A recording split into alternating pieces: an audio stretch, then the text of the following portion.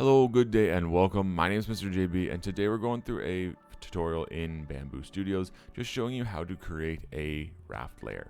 Now, we're doing this because we want to end up supporting our object a little bit better. It just ends up creating a larger surface area around whatever its contact space is, but it is building our object on top of that layer.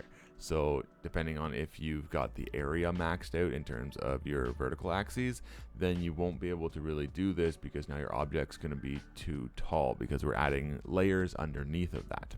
So I want to go to support, and then I want to go down to my raft, which is usually just somewhere in the top setting.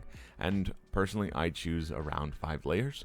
I like to build it up to make it strong. I find if I use one, I have a really hard time removing that raft layer from my object. I find like there always ends up being a small little film that I just struggle to scrape and sand off, and it just, to me, is frustrating. So I always do around 5 layers just to make it easier to remove when I'm going through this process.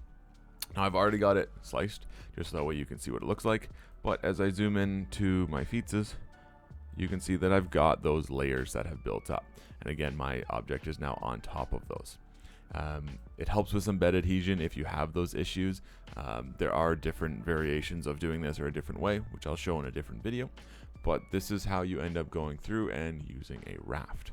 Now with that, that's all we're covering for today. Really quick, really straightforward. As always, thank you so much for watching. I hope you enjoyed and I hope you learned something. Have a wonderful day. Take care and be safe.